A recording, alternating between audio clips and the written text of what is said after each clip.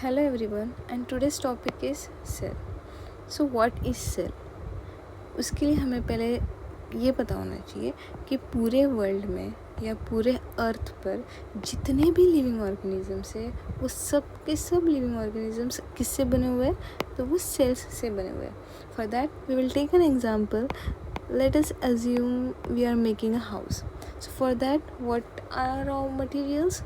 कि हम छोटे छोटे ब्रिक्स ऐसे लगाएंगे तो उससे एक कोई स्ट्रक्चर बनेगा, ठीक है, जो कि अपना घर होगा. ओके, सो ये ब्रिक्स इधर क्या हुए? ये ब्रिक्स इधर हुए structural and functional unit of our house. Structural क्यों? क्योंकि वो मिल के एक कोई स्ट्रक्चर बना रही है. जो भी स्ट्रक्चर है वो हाउस का स्ट्रक्चर बना रहे. क्या? ब्रिक्स. और उसका फंक्शन क्या है? प्रोटेक्ट. हमें प्रोटेक्ट करना विंड से, ये वो से प्रोटेक्ट करना. तो इसलिए हम क्या बोलते हैं? Brick is a structural and functional unit of a house. Okay, वैसे ही ये तो नॉन लिविंग थिंग वाला चीज़ हुआ. वैसे ही ब्रिक्स की जगह पे हमारे लिविंग ऑर्गेनिजम्स में क्या होता है? सेल. ठीक है, तो सेल क्या होता है? बेसिक मतलब सबसे छोटा स्ट्रक्चरल, फंक्शनल एंड बायोलॉजिकल. क्योंकि we are dealing with living organisms, so we are forced to use this word biological. हमें डेफिनेशन में बायोलॉजिकल वर्ड यूज़ करना ही है. So it's a basic structural, functional and biological unit. एक छोटा सा unit है जो ऐसे बहुत सारे यूनिट्स रिपीट करेंगे तो एक स्ट्रक्चर बनेगा. जैसे कि सेल्स को मिला के टिश्यू बनता है, सेल्स को मिला के टिश्यू बनता है, फिर ऑर्गन बनता है, फिर उससे ऑर्गन सिस्टम बनता है. ये सब हमें पता होना चाहिए. ऑर्गन सिस्टम से पूरा ह्यूमन बनता है. ठीक है, ये तो हमारे ह्यूमन का हुआ. ऐसे ही बाकी भी लिविंग ऑर्गेनिजम्स का होता है. ठीक है, तो biological unit of all living organism. ठीक है, तो सेल से ही सेल सब जुड़ के टिश्यू बनेगा, टिश्यू सब जुड़ के ऑर्गन बनेगा, ऑर्गन सब जुड़ के ऑर्गन सिस्टम बनेगा, और वैसा ही एक पूरा इंसान या फिर एनिमल जो भी है वो बनेगा. सो फर्स्ट ऑफ ऑल हमें देखना पड़ेगा कि इस चीज़ को, ये जो सेल है उसको डिस्कवर किसने किया. तो it was discovered by Robert Hooke. Robert Hooke ने डिस्कवर किया इसको. कैसे? माइक्रोस्कोप के अंदर उन्होंने क्या देखा? Slice of cork. Now what is cork? If we are considering this as a tree, तो ट्री का जो ये ट्रंक होता है उसका एक छोटा सा पार्ट जो होता है वो कॉर्क होता है, and it is consist of dead cells. Okay, ये जो होते हैं डेड सेल्स होते हैं, ये लाइव सेल्स नहीं है, याद रखो. तो इसको माइक्रोस्कोप में लिया रॉबर्ट हुक ने, और उसमें ऑब्ज़र्व किया कि इनको कुछ तो हनीकॉम टाइप स्ट्रक्चर दिखाई दे रहा है. ऐसा जो भी है, ऐसा हेक्सागोनल हनीकॉम टाइप स्ट्रक्चर दिख रहा है. तो ये सब क्या, उन्होंने फिर उनको पता चला कि ये क्या है? सेल्स है करके. सेकेंड पर्सन जिन्होंने लिविंग सेल, ये जो भी है ये सब डेड सेल्स थे. ठीक है, ये ट्रंक के, कॉर्क के. तो एंटनी वैन लीवेनहूक ने, जो कि डच साइंटिस्ट थे, वो सबसे फर्स्ट पर्सन है टू ऑब्जर्व लिविंग सेल. ठीक है, जैसे कि कौन से लिविंग सेल्स? बैक्टीरिया हुआ, प्रोटोजोआ हुआ, ये सब हम आगे देखेंगे. तो cell are divided into further two types like prokaryote and eukaryote. But इसके लिए आपको पता होना चाहिए कि सेल का स्ट्रक्चर क्या है. तो first we will go with structure and then we will come again towards this prokaryote and eukaryote का क्लासिफिकेशन. ओके, सो सबसे पहले हम प्लांट सेल देखेंगे. ये क्या है? प्लांट सेल है. Okay, so starting with nucleus. Okay, तो न्यूक्लियस क्या होता है? जो बीच में जो स्ट्रक्चर होता है उसको न्यूक्लियस बोलते हैं. And this is almost similar to egg, you can see. अभी मैं बराबर एक का सेम चीज़ें आपको बताऊंगी कि क्या कैसे सेम है. आपको ये एग्जांपल याद रखना है, एग का एग्जांपल याद रखना है. ये आपको कोई नहीं सिखाएगा कि कैसे सिमिलरिटीज़ है एक और एक सेल में, एनिमल सेल में या प्लांट सेल में. ठीक है, मोस्ट प्रोबेबली प्लांट सेल पे. सो एक का ये जो बाहर का छिलका होता है, okay, it is very hard, for which people I have put in this image, तो ये जो बाहर का छिलका होता है वो हमारा क्या हो जाएगा, सेल वॉल हो जाएगा। तो छिलका कैसे होता है, कड़क होता है, प्रोटेक्ट करता है अंदर की चीज़ों को, ओके, ब्रेक ना हो ये वो। तो वैसे ही ये हमारे प्लांट सेल का सेल वॉल होता है, ये जो है वो सेल वॉल होता है, ठीक है।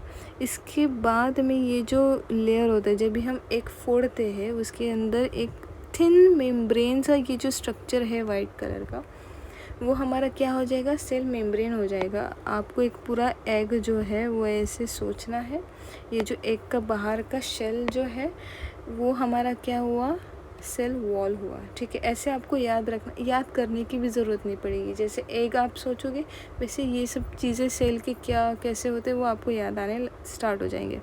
उसके बाद ये जो थिन स्ट्रक्चर है वाइट कलर का, वो हमारा क्या हुआ, सेल मेम्ब्रेन हुआ, ठीक है, सेल मेम्ब्रेन हुआ।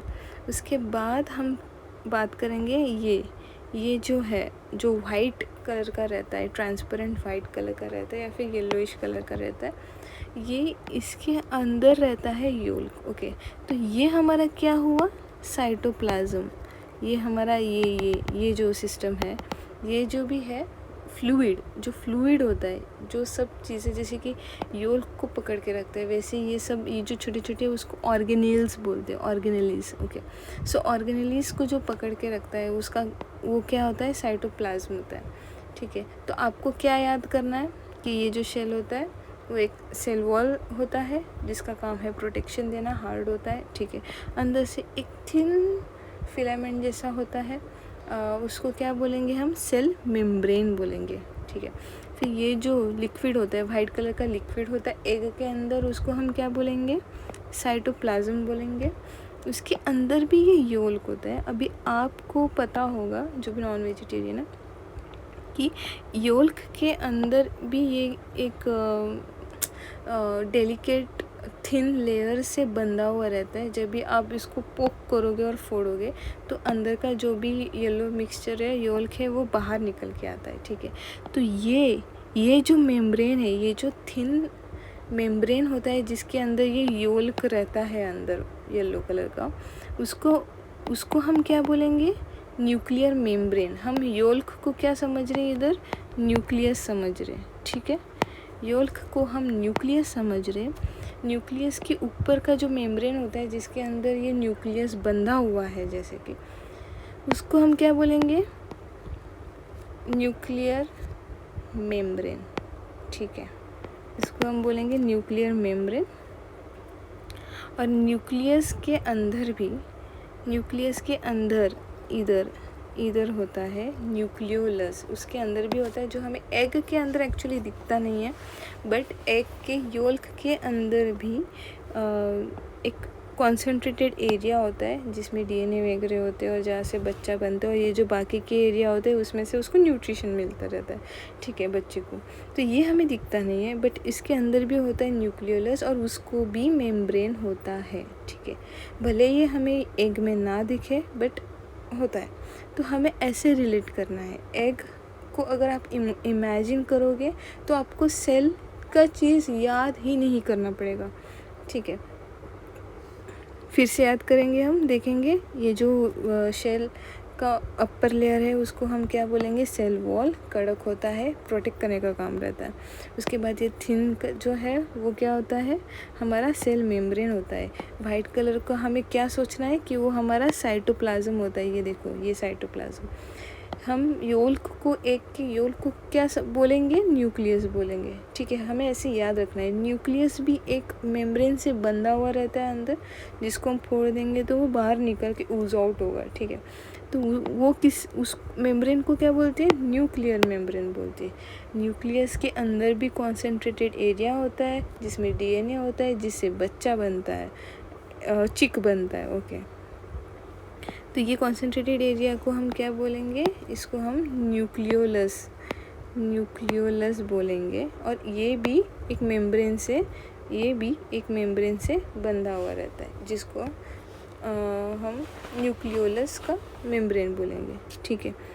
और ये जो योल्क है, ये जो येलो कलर का पार्ट है अंदर, उसको हम क्या बोलेंगे, न्यूक्लियोप्लाज्म। उसको हम क्या बोलेंगे, न्यूक्लियोप्लाज्म, और इवन जो न्यूक्लियोसोम है, न्यूक्लियोलस है, ये न्यूक्लियोलस है, उसके अंदर के भी जो लिक्विड रहेगा, ये येलो कलर का कॉन्सेंट्रेटेड लिक्विड, उसको भी हम न्यूक्लियोप्लाज्म ही बोलते हैं।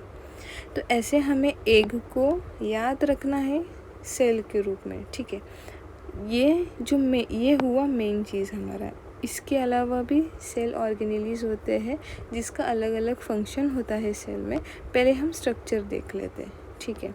इतना हमें समझ गया कि सेल वॉल रहता है, सेल मेम्ब्रेन रहता है, ठीक है। उसके बाद साइटोप्लाज्म रहता है, एक न्यूक्लियस रहता है। हमने क्या क्या कवर कर लिया? न्यूक्लियस है, न्यूक्लियस के अंदर क्या है? I will zoom in. Chromatin है। क्रोमैटिन का काम क्या होता है? डीएनए रहता है इसमें।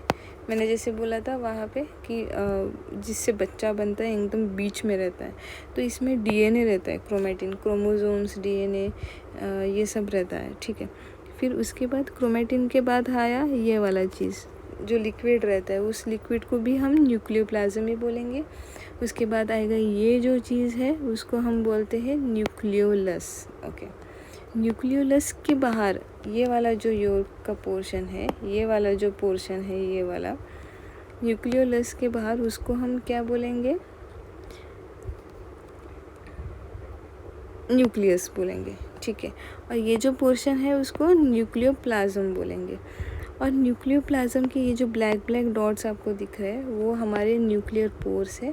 अभी आप बोलोगे ये पोर्स किसके लिए? ताकि अंदर बाहर सेल के, न्यूक्लियस के अंदर बाहर चीज़ें इनसाइड एंड आउट जाते रहे, आते रहे, ठीक है, विच इज़ वेरी इम्पॉर्टेंट। और उसके बाद हम देखेंगे एंडोप्लाज्मिक रेटिकुलम के बारे में। तो इसके बाहर जो ये स्ट्रक्चर है, ये सब जिस पे पिंक डॉट्स है, वो हमारे राइबोसोम्स है। वो सब भी हम इन डिटेल करेंगे, बट फ़िलहाल ये देख लो, स्ट्रक्चर समझ लो पहले। तो ये जो राइबोसोम्स है, वो राइबोसोम्स जिसके ऊपर, जिस एंडोप्लाज्मिक रेटिकुलम के ऊपर राइबोसोम्स प्रेजेंट है, उसको हम बोलेंगे रफ। क्योंकि अभी आप देखो, कोई थ्रेड ले रहे हो आप, और उसके ऊपर छोटे छोटे बीड्स चिपका दिए आपने राइबोसोम जैसे, ठीक है। एक थ्रेड ले रहे हो और उसके ऊपर छोटे छोटे बीड्स चिपका दे रहे हो आप, तो वो सरफेस कैसे हो जाएगा? रफ़ हो जाएगा, राइट। तो वैसे ही ये रफ़ एंडोप्लाज्मिक रेटिकुलम हो जाएगा। और जिस पे राइबोसोम नहीं है, वो उसको हम बोलेंगे स्मूथ एंडोप्लाज्मिक रेटिकुलम। इसका फंक्शन हम आगे देखेंगे। इसके बाद आता है गोल्जी कॉम्प्लेक्स। इसको हम गोल्जी कॉम्प्लेक्स या फिर अपैरेटस भी बोलते हैं। गोल्जी अपैरेटस, गोल्जी कॉम्प्लेक्स, ऐसे सब, या फिर गोल्जी बॉडी, बहुत सिंपल लेमैन लैंग्वेज में गोल्जी बॉडी बोला जाता है। ये भी होता है सेल में। अभी हम प्लांट और एनिमल सेल का डिफरेंसेस करेंगे, बट फिलहाल प्लांट सेल में क्लोरोप्लास्ट भी होता है। ये माइटोकॉन्ड्रिया हुआ, ये लाइसोसोम हुआ, राइबोसोम्स, ये वही राइबोसोम्स है, ये फ्रीली घूम रहे, ये जो वाले हैं ये फ्रीली घूम रहे, बट ये वही राइबोसोम्स हैं जो रफ़ एंडोप्लाज्मिक रेटिकुलम के ऊपर भी प्रेजेंट होते हैं, और उसके वजह से उसको रफ़ एंडोप्लाज्मिक रेटिकुलम बोलते हैं। ये इसको वैक्यूल बोलते हैं। बस इतना, ये बेसिक स्ट्रक्चर अगर आपको समझ गया हो तो हम प्रोकैरियोट और यूकैरियोट का डिफरेंस समझ पाएंगे अभी, ठीक है। तो व्हाट इज़ प्रोकैरियोट? तो प्रोकैरियोट के लिए आप ऐसे याद रखो, प्रो मतलब पी प्रिमिटिव होता है ये सेल, ठीक है। प्रो के लिए आप ऐसे याद, इसके जो भी डेफिनेशन और चीज़ें हैं आप ऐसे याद कर सकते हो कि प्रोकैरियोट मतलब जो इंसान प्रो हो किसी चीज़ में। अगर कोई इंसान प्रो हो किसी चीज़ में, जैसे कोई स्पोर्ट हुआ, उसमें वो इंसान प्रो है, तो वो इंसान प्रो है तो वो अकेले ही कुछ भी कर सकता है। यूनिसेल्यूलर होता है ये ऑर्गेनिज्म, ठीक है। तो जो प्रो आदमी होता है वो अकेले ही कुछ भी कर सकता है और उसको किसी भी चीज़ का ज़रूरत नहीं रहता। जो एथलीट है, जो भी स्पोर्ट्स पर्सन है, अगर आप उसको कुछ भी नहीं दोगे और वो उस चीज़ में प्रो है, ठीक है, तो उसको किसी भी चीज़ का ज़रूरत नहीं पड़ेगा। तो डेफिनेशन देख लेते हैं हम प्रोकैरियोट का। हमें ऐसे याद करना है, बट उसका एक्चुअल मीनिंग क्या है, डेफिनेशन क्या है। कोई भी सेल है, ठीक है, जो यूनिसेल्यूलर हो। यूनिसेल्यूलर मतलब सिर्फ एक सेल, ठीक ठीक है। मल्टी सेल्यूलर मतलब जो बहुत सारे सेल को मिलके कुछ एक चीज़ बन रहा है उसको मल्टी सेल्यूलर बोला जाता है। ओके तो जो यूनिसेल्यूलर ऑर्गेनिज्म है, ठीक है, ये ऑर्गेनिज्म ही होता है, ये पूरा टोटल फंक्शनल होता है, ये सब चीज़ें करता है, ठीक है, खाता है, पीता है, टॉयलेट करता है, बट ये एक ही सेल होता है। ओके जो यूनिसेल्यूलर ऑर्गेनिज्म है that does not contain any membrane bound nucleus और ऑर्गेनल्स। जो भी हमने अभी नीचे देखा कि जो न्यूक्लियस होता है उसको न्यूक्लियर मेम्ब्रेन होता है, ठीक है। तो ये प्रोकैरियोट में इसको, ये जो प्रोकैरियोटिक सेल है इसका जो बीच में न्यूक्लियस रहेगा, ये न्यूक्लियस को एक्चुअली न्यूक्लियस ही नहीं बोलते, ठीक है, पर अभी के लिए ये जो न्यूक्लियस को न्यूक्लियर मेम्ब्रेन नहीं रहता, इसलिए ये प्रिमिटिव रहते हैं, प्रोकैरियोटिक सिंपल फॉर्म, क्योंकि अर्थ पे सबसे पहले प्रोकैरियोट्स आए और फिर यूकैरियोट्स आए, ठीक है। तो any cellular organism, sorry unicellular organism that does not contain a membrane bound मतलब ये जो न्यूक्लियर मेम्ब्रेन होता है, वैसे जैसे मैंने योल्क के साथ आपको बताया वैसे, तो न्यूक्लियस और ऑर्गेनल्स नहीं है। और आपको इसको याद कैसे करना है, जो प्रो इंसान है वो अकेले ही काफ़ी है, अकेले ही सब पे भारी पड़ता है और उसको किसी भी चीज़ का ज़रूरत नहीं पड़ता है, ठीक है। कोई मेम्ब्रेन, कोई ऑर्गेनल्स, ये जो माइटोकॉन्ड्रिया, राइबोसोम्स, ये एंडोप्लाज्मिक रेटिकुलम, गोल्जी एपैरेटस, ये सब जो हमने देखे वो ऑर्गेनल्स की उसकी ज़रूरत नहीं पड़ती है उसको। वो एक प्रिमिटिव चीज़ है, वो छोटू सा चीज़ है, वो बेसिक मैनर में अपना काम चलाता है, ठीक है। वेरएस दूसरे हाथ पे यूकैरियोट टोटल ऑपोजिट होता है। ओके ये क्या होता है, एडवांस फॉर्म होता है। सो ये क्या होते हैं, मल्टी सेल्यूलर होते हैं, बहुत सारे जो सेल मिलके एक मल्टी सेल्यूलर ऑर्गेनिज्म बनाता है। तो एनी सेल, कोई भी cell that contains a clearly defined nucleus, इसमें न्यूक्लियस होता है। जैसे अभी इसका एग्जांपल है प्लांट सेल, जैसे हमने अभी प्लांट सेल में देखा कि इसमें न्यूक्लियस होता है। अभी न्यूक्लियस है तो इसको न्यूक्लियर मेम्ब्रेन भी होगा, और इसको आजू बाजू में जो भी हमने ऑर्गेनल्स देखे वो ऑर्गेनल्स भी होंगे। वो सेल को क्या बोले जाते हैं, जो एडवांस है, एडवांस सेल जिसमें सब कुछ है, सब कुछ, उसको यूकैरियोट्स बोलते हैं। तो कोई भी cell that contains a clearly defined nucleus and membrane bound organelles is called eukaryotes. Okay तो जैसे मैंने बोला इसमें न्यूक्लियस नहीं है, और इसमें न्यूक्लियस नहीं रहता, इसको न्यूक्लियर मेम्ब्रेन नहीं बोलता होता, तो हम क्या बोलेंगे कि भाई इसको क्या बोलेंगे, जिसमें न्यूक्लियस ही नहीं है, ठीक है। तो इस जो प्रिमिटिव नाम देते हैं हम कुछ तो न्यूक्लियस को, तो वो क्या होगा, न्यूक्लियोइड होगा। न्यूक्लियोइड क्या होता है, न्यूक्लियस का ही काम करता है। इसमें न्यूक्लिक एसिड कंटेनिंग रीजन होता है। न्यूक्लिक एसिड क्या होता है, हमारा क्रोमैटिन या व्हाट वी से डीएनए, ये जो होता है डीएनए, क्रोमैटिन या डीएनए, वो होता है nucleic acid. Okay it is made up of nucleic acid, इसलिए बोला जाता है कि क्रोमैटिन डीएनए ये एक एडवांस फॉर्म है। तो ये किस में रहेगा, न्यूक्लियस में रहेगा, यूकैरियोट्स में रहेगा, प्रोकैरियोट्स में नहीं रहेगा। तो न्यूक्लिक एसिड एक, ये बस सेल है और इसके एक रीजन में बस ऐसा ये न्यूक्लियस भी नहीं है, न्यूक्लियर मेम्ब्रेन भी नहीं है, ये न्यूक्लियोइड है, ये बस एक रीजन है, रफली एक रीजन है जिसके अंदर ऐसे करके डीएनए या न्यूक्लिक एसिड रहते हैं, जस्ट प्रेजेंट रहते हैं उस जगह पे। हम बोलते हैं ना कि ये रूम में एक कोने में एक ग्रुप ऑफ पीपल है, तो वो बस ग्रुप ऑफ पीपल है वहाँ पे, बाकी कुछ नहीं। और एक होता है जैसे हम गरबा वगैरह में देखते हैं, वो आजू बाजू में पूरा ओढ़नी लगा के खुद का एक एरिया बना लेते हैं, तो वो कैसे सेल मेम्ब्रेन बाउंड ऑर्गेनल जैसे हुआ वो न्यूक्लियस, ठीक है। वैसे कुछ नहीं है इधर, बस एक रूम में एक साइड पे एक ग्रुप ऑफ पीपल है, काइंड ऑफ थिंग है ये, ठीक है। तो ये बहुत बेसिक है, तो आपको बेसिक चीज़ें याद रखना होगा कि जैसे इसमें न्यूक्लियोइड है, न्यूक्लियस प्रेजेंट नहीं है, और इसमें ऑफ कोर्स ये बेसिक चीज़ तो नहीं ही होगा, इसमें न्यूक्लियोइड नहीं है और इसमें न्यूक्लियस प्रेजेंट है। ये तो डेफिनेशन से ही आपको ये पॉइंट ध्यान में रह जाएगा, इसको कोई ट्रिक की ज़रूरत नहीं है। जैसे मैंने क्रोमोज़ोम की बात किया था, तो ये क्रोमोज़ोम भी एकदम प्रिमिटिव फॉर्म में रहता है इधर, जैसे कि हमने बोला कोई तो रीजन में वो लोग खड़े हुए हैं, तो वो लोग जो खड़े हुए हैं, सोच लो कि वो हाथ पकड़ के खड़े हुए हैं, ठीक है, एक सर्कल बना रहे हैं हाथ पकड़ के, एक ऐसा ऐसा ऐसा ऐसा आदमी लोग ये सब सर्कल बना रहे हैं। तो ये सिंगल लूप ऑफ डीएनए या प्लाज्मिड होता है। तो ये कैसे होते हैं, ये ऐसे होते हैं, ठीक है, ये ऐसे दिखते हैं, काइंड ऑफ ऐसे ही दिखते हैं, हाँ सेम ऐसे ही दिखते हैं। इसको क्या बोलते हैं, क्रोमोसोम। ये बहुत प्रिमिटिव फॉर्म ऑफ है डीएनए, ठीक है, या प्लाज्मिड भी बोलते हैं उसको। तो ये है इसका क्रोमोसोम का फॉर्म। वेरएस इसमें क्रोमोसोम मोर देन वन होता है, इसमें बस एक सिंगल, मैंने बोला ना प्रोकैरियोट है।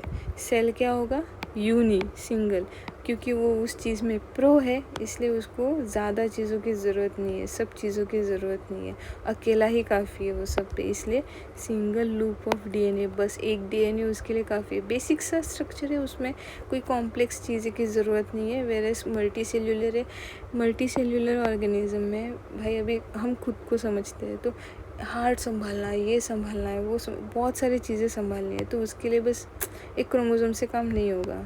बहुत सारी चीज़ें बनाने हमें, बहुत सारी प्रोटीन्स बनानी है हमें हमारे बॉडी में, तो उसके लिए क्रोमोसोम्स मोर देन वन, देखो मोर देन वन, ठीक है। मल्टी सेल्यूलर है, मल्टी चीज़ें लगेगी, ठीक है, एक सिंगल चीज़ से वो चीज़ नहीं होगा। ऑफ कोर्स बेसिक है, तो सेल साइज़ क्या होगा इसका, स्मॉल होगा। स्मॉल बोलेंगे तो हम बच्चों को 1 to 10 ही सिखाते हैं, स्मॉल सबसे छोटे बच्चों को छोटी चीज़ें सिखाई जाती है, वैसे याद करो। तो सेल साइज़ क्या रहेगा, छोटा रहेगा, स्मॉल रहेगा, कोई चीज़ ही नहीं है इसके अंदर, तो ऑफ कोर्स साइज़ छोटा ही रहेगा। एक कैसे तो डीएनए डाल दिया इन लोगों ने लूप बना के, वो भी तो वो और छोटा हो जाएगा। और कोई मेम्ब्रेन तो है ही नहीं, कोई मेम्ब्रेन बाउंड ऑर्गेनल्स भी नहीं है इसमें, बस एक ही सेल है, छोटा ही रहेगा। ऑफ कोर्स ये देखो छोटू सा सेल है, और इसका सेल साइज़ क्या रहेगा, लार्ज रहेगा, ये बड़ा रहेगा। तो जैसे 5 to 100 माइक्रोमीटर है, ये माइक्रोमीटर है, ठीक है, 5 to 100 ये इस माइक्रोस्कोप में ही दिखता है। सेल नेकेड आई से नहीं दिखता, हम हमारे आंखों से देखेंगे, देखो ये सेल है, ऐसे नहीं होता, ठीक है। तो सेल साइज़ लार्ज होता है क्योंकि मल्टी सेल्यूलर है, तो बड़े बड़े सेल्स रहते हैं, बड़ा बड़ा काम होगा भाई, एडवांस काम होगा, ठीक है। तो 5 to 100 माइक्रोमीटर रहता है। ऑफकोर्स हमने पहली बात, ये जो पॉइंट्स ये तो आपको ऐसे ही याद, डेफिनेशन से ही याद हो जाएगा। मेम्ब्रेन बाउंड ऑर्गेनल्स इसमें प्रेजेंट नहीं है, मेम्ब्रेन बाउंड ऑर्गेनल्स इसमें प्रेजेंट है। सेल वॉल जो है वो प्रेजेंट रहता है प्रोकैरियोट्स में, और यूकैरियोट्स में भी प्रेजेंट रहता है, तो कंपोजिशन अलग रहता है उसका, ठीक है। तो जैसे कि सेल वॉल ऑफ बैक्टीरिया हुआ, अभी ये समझो, ये ऐसा ऐसा ऐसा ऐसा ऐसा, ये एक बैक्टीरिया है और ये इसका ऐसा पूंछ है, ठीक है, बैक्टीरिया का समझ लो। ये एक बैक्टीरिया है, फ्लैजेला बोलते हैं इसको, ठीक है, बीच में न्यूक्लियस है ये बैक्टीरिया को। तो ये जो बाहर का सेल वॉल है जिससे उसको प्रोटेक्शन मिलता है, मैंने जैसे आपको बताया था एग का जो शेल होता है बाहर का, वैसे तो ये किससे बना हुआ है, पेप्टिडोग्लाइकन या फिर म्यूरिन से बनता है ये जो सेल वॉल है, ठीक है। ये मोस्टली बैक्टीरिया में ही होते हैं, यूनिसेल्यूलर में मोस्टली पेप्टिडोग्लाइकन और म्यूरिन ही बना जाता है, से ही बना जाता है सेल वॉल। इसमें सेल वॉल में भी प्रकार है एक्चुअली। एनिमल सेल में जैसे कि हम डॉग, कैट, जो जितने भी एनिमेलिया में आते हैं, एनिमल सेल में सेल वॉल नहीं होता। एनिमल सेल में वो हम आगे देखेंगे, सेल वॉल नहीं होता। अब फिलहाल ये याद रखो, प्लांट सेल हमने देख लिया है रफ स्ट्रक्चर। तो प्लांट सेल सेल्यूलोज से बना है। प्लांट सेल में क्या है, सेल्यूलोज, सेल्यूलोज याद रखने को ईजी है। पेपर किससे बना रहता है, प्लांट से बना रहता है, राइट। तो हम क्या देखते हैं पेपर में कि कितना सेल्यूलोज है, जितना ज़्यादा अच्छे प्लांट से या वुड से वो बना हुआ है, पल्प से बना, उतना उसमें रहता है। वैसे वुड में सेल्यूलोज नहीं रहता, बट ऐसे बोला जाता है, ठीक है। और फंगी किससे बना हुआ, काइटिन। इवन जो क्रैब रहता है हमारा, ये ऐसा जो भी है क्रैब, सॉरी मेरा डायग्राम ख़राब है थोड़ा सा। ये जो भी क्रैब रहता है, ऐसे बड़ा बड़ा हाथ रहता है जैसे, तो ये जो भी क्रैब रहता है उसके भी ऊपर जितने भी क्रस्टेशियंस रहते हैं, सबके ऊपर का जो भी चीज़ रहते हैं वो किससे, बना रहता है, काइटिन से बना रहता है, कड़क कड़क जो चीज़ रहता है, ये हुआ स्नेल हुआ, क्रैब हुआ, और क्या श्रिम्प हुआ, ये सब का किससे, काइटिन। वैसे ही फंगी प्लांट का प्रिमिटिव वर्जन होता है फंगी, तो उसका भी सेल वॉल किससे बना रहता है, काइटिन से बना रहता है, ठीक है। अभी साइटोस्केलेटन इसमें नहीं होता। साइटोस्केलेटन मतलब जो साइटोप्लाज्म है, साइटोप्लाज्म मतलब मैंने आपको बताया था इधर एग का जो होता है, ये जो है कुछ तो किसी तो चीज़ से बना हुआ होगा ना, वो ऐसे ऐसे ऐसे ऐसे ऐसे ऐसे। अभी ब्रिज बन रहा है, तो ब्रिज बन रहा है तो ब्रिज का भी कोई स्ट्रक्चर होगा। वाटर बन रहा है, वाटर आपको लिक्विड दिख रहा है, बट वो H2O के मॉलिक्यूल से बना हुआ रहता है, राइट। वैसे ही ये जो स्ट्रक्चर होता है वो भी किसी चीज़ से बना हुआ होगा, तो वो चीज़ को क्या बोलते हैं हम, साइटोस्केलेटन बोलते हैं। जो ऐसे ऐसे ऐसे ऐसे मेम्ब्रेन से बने हुए रहते हैं, उसको हम क्या बोलते हैं, साइटोस्केलेटन बोलते हैं। तो ये साइटोस्केलेटन ऑफ कोर्स बेसिक है, हमारे प्रोकैरियोट्स बेसिक होते हैं, इनको कोई ज़रूरत नहीं रहती। एक ही सेल है भाई, ना उसमें मेम्ब्रेन है, मेम्ब्रेन बाउंड ऑर्गेनेल्स नहीं है, ना न्यूक्लियस है, ना कुछ है, ना कुछ है भाई, ठीक है। बस एक सेल वॉल है, एक सेल मेम्ब्रेन है, बीच में न्यूक्लियोइड है, क्योंकि कुछ तो DNA मटेरियल लगेगा रेप्लिकेट करने के लिए, खुद को रिप्रोड्यूस करने के लिए, दैट्स इट। थोड़े बहुत वैक्यूल्स रहेंगे, जो भी वो खाना खाएगा और जो भी वेस्ट होगा वो वैक्यूल से ही अंदर बाहर करता है, बस एक दो लाइसोसोम हुए तो होंगे, बस दैट्स इट, और कुछ नहीं रहता है इनमें, ठीक है। साइटोस्केलेटन भी नहीं रहता है, सेल ऑर्गेनेल्स ही नहीं है उसके अंदर सबस्टेंडेड कि साइटोस्केलेटन वो सेल ऑर्गेनेल्स को पकड़ के रखे कि भाई भाग ना जाए जगह से। अभी ये सेल है, इसका न्यूक्लियस इधर मैंने बनाया हुआ है और इधर इसका वैक्यूल बड़ा हुआ बना हुआ है, तो साइटोस्केलेटन इसको पकड़ के रखेगा भाई इधर ही। ऐसा नहीं कि इधर से गुब्बारे जैसे उड़ के कहीं और चला जा रहा है, ऐसे हमारा बॉडी ऐसे बड़ी बड़ी चीज़ें, कॉम्प्लेक्स चीज़ें वर्क नहीं करती, ठीक है। That's why cytoskeleton is well developed inside a eukaryotic cells, okay. Example क्या है, जैसे मैंने आपको बताया है, ये देखो ये एग्जाम्पल है बैक्टीरिया का। बैक्टीरिया में भी डिफरेंट फॉर्म्स होते हैं, यू बैक्टीरिया, ये ऐसे ही याद कर लो, यू बैक्टीरिया, यू बैक्टीरिया हम बोलते हैं, यू कितना गंदा है, ठीक है, क्योंकि बैक्टीरिया से हमें बहुत डिजीजेस होते हैं। तो गुड बैक्टीरिया भी होता है, बैड बैक्टीरिया भी होता है, जैसे साइनोबैक्टीरिया गुड बैक्टीरिया होता है, माइकोप्लाज्म ये तो ख़राब भी होता है mostly, but you bacteria, cyanobacteria कोई बीजे, ब्लू ग्रीन अलगी भी बोलते हैं, ठीक है। अलगी ये वो होते हैं जो वॉल के ऊपर लगते हैं ना, वो है ये, ठीक है। माइकोप्लाज्म, ये सब बैक्टीरिया के प्रकार है। ये सब क्या होते हैं, यूनिसेल्यूलर होते हैं, एक ही सेल होता है, सिंपल मैकेनिज्म होता है। कुछ जैसे कि ब्लू ग्रीन अलगी होता है, वो फोटोसिंथेसिस करते हैं, खुद का खाना खुद बनाते हैं, बेसिक होता है, जो भी होता है सब बेसिक होता है, ठीक है।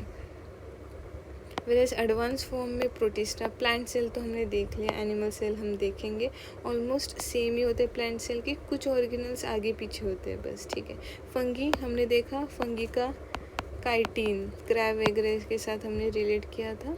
फंगी के सेल वॉल में क्या होता है, काइटिन होता है। प्लांट सेल के सेल वॉल में क्या होता है, सेल है, सेल वॉल में क्या रहेगा, सेल्यूलोज रहेगा, ठीक है। एनिमल सेल को तो सेल वॉल ही नहीं रहता, ठीक है। और ये एक पॉइंट है हमारा कि बेसिक है, फिर से बेसिक लोग क्या करेंगे, असेक्सुअल रिप्रोडक्शन होता है, ये आगे देखेंगे हम फ्यूचर वीडियोस में। और सेक्सुअल रिप्रोडक्शन, क्योंकि इतने सारे सेल्स हैं तो उसके लिए सेक्सुअल एडवांस चीज़ों के लिए एडवांस लगता है सब, तो फिर इसलिए सेक्सुअल रिप्रोडक्शन होता है इसमें। तो eukaryotes are also further divided into plant cell and an animal cell. We have seen plant cell का basic structure, तो उसकी वजह से आपको ये भी समझ जाएगा। फिर हम इन डेप्थ उसके फंक्शन के बारे में जाएंगे, हर एक ऑर्गेनल्स के। तो प्लांट सेल में क्या होता है, सेल वॉल प्रेजेंट होता है, जैसे मैंने आपको बोला एग है, एग के ऊपर का जो शेल है वो सेल वॉल जैसे हम और ये किससे बना रहता है, सेल्यूलोज से बना रहता है, ठीक है। और एनिमल सेल में सेल वॉल होता ही नहीं है, समझ लो एग का जो बाहर का चीज़ है वो है ही नहीं। एग ही याद कर रहे हो आप एज सेल, तो फिर प्रोकैरियोट के लिए आप ऐसे याद करो कि जो एग योल्क है फूटा हुआ ऐसा डिस्टॉर्टेड एग है, डिस्टॉर्टेड है बोल के, क्यों? क्योंकि उसको न्यूक्लियर मेम्ब्रेन ही नहीं है, बेसिक चीज़ें हैं वो। चलो प्लांट सेल पे आते हैं। प्लांट सेल में क्लोरोप्लास्ट होता है। क्लोरोप्लास्ट क्या होता है? ग्रीन कलर का चीज़ होता है, ग्रीन कलर का ऑर्गेनेल होता है वो, ऑर्गेनेल। और ये ग्रीन कलर है मतलब क्या करेगा? ये तो बच्चों को भी पता है कि भाई फोटोसिंथेसिस होता है, फोटोसिंथेसिस का साइट होता है ग्रीन चीज़ें, तो वो क्लोरोप्लास्ट। क्लोरोप्लास्ट एनिमल सेल में नहीं होते, ठीक है। लार्ज ह्यूज वैक्यूल्स प्रेजेंट होते हैं बीच में, जैसे हमने इधर देखा। ये लार्ज ह्यूज सेंट्रल वैक्यूल होता है, क्योंकि प्लांट सेल में वैक्यूल बीच में इतना बड़ा सा वैक्यूल है बीच में, तो इसलिए जो ये न्यूक्लियस है और ये न्यूक्लियस का स्ट्रक्चर जो बीच में होना चाहिए, बेसिकली जो एनिमल सेल में देखो बीच में है, ये हमारा एनिमल सेल है, इसमें सेल वॉल है, दिख रहा है आपको कोई सेल वॉल? नहीं, डायरेक्ट क्या है इसमें? सेल मेम्ब्रेन है। सेल मेम्ब्रेन ही इसका आउटर मोस्ट मेम्ब्रेन होता है, आउटर मोस्ट मेम्ब्रेन होता है एनिमल सेल का cell membrane. Whereas outermost membrane of plant cell क्या होता है?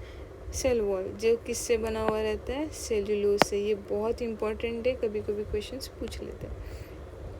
क्योंकि वैक्यूल बीच में है इसका, इसलिए हमारा न्यूक्लियोलस जो सब है, उसके साथ जो जुड़ा हुआ एंडोप्लाज्मिक रेटिकुलम है, उसको पूरा साइड में पेरीफेरी ऑफ सेल में ढकेला जाता है।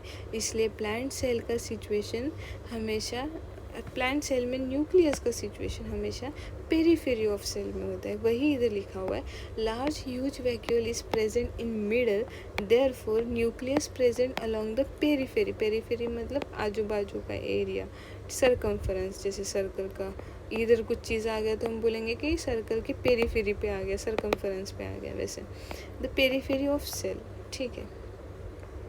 लार्ज वैक्यूल्स इसमें नहीं रहते, छोटे छोटे से स्मॉल वैक्यूल्स रहते और लार्ज नंबर में होते हैं, लार्ज नंबर्स में होते हैं वैक्यूल्स इसमें, ठीक है, एनिमल सेल में।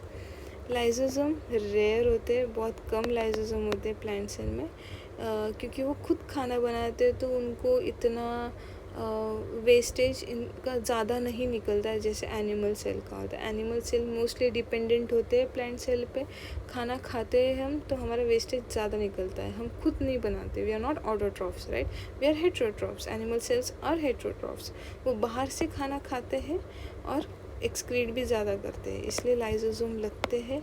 बहुत सारी चीज़ें, not only excrete, like cell का जो भी एक्सक्रीटा रहता है, गंदा चीज़ें रहता है, वो सब के लिए लाइसोसोम प्रेजेंट होने चाहिए, ठीक है। या फिर कभी कभी पैथोजेंस होते हैं, इन्फेक्ट हो जाते हैं, उसके लिए। वेरस इसमें भी होता है, बहुत कम, रेयर, ठीक है। स्टोरेज मटेरियल, जो भी हम ग्लूकोज फोटोसिंथेसिस से, जो भी प्लांट्स होते हैं फोटोसिंथेसिस से क्या करते हैं? ग्लूकोज बनाते हैं। ग्लूकोज जितना एनर्जी, ग्लूकोज क्या होता है? अपना एनर्जी होता है, एनर्जी का currency, it's our currency, energy currency, okay. Glucose किस में कन्वर्ट होता है? एटीपी। एटीपी हमारा क्या है? Energy currency. एटीपी अपना पैसा है, क्या है? पैसा, पैसे जैसे समझो।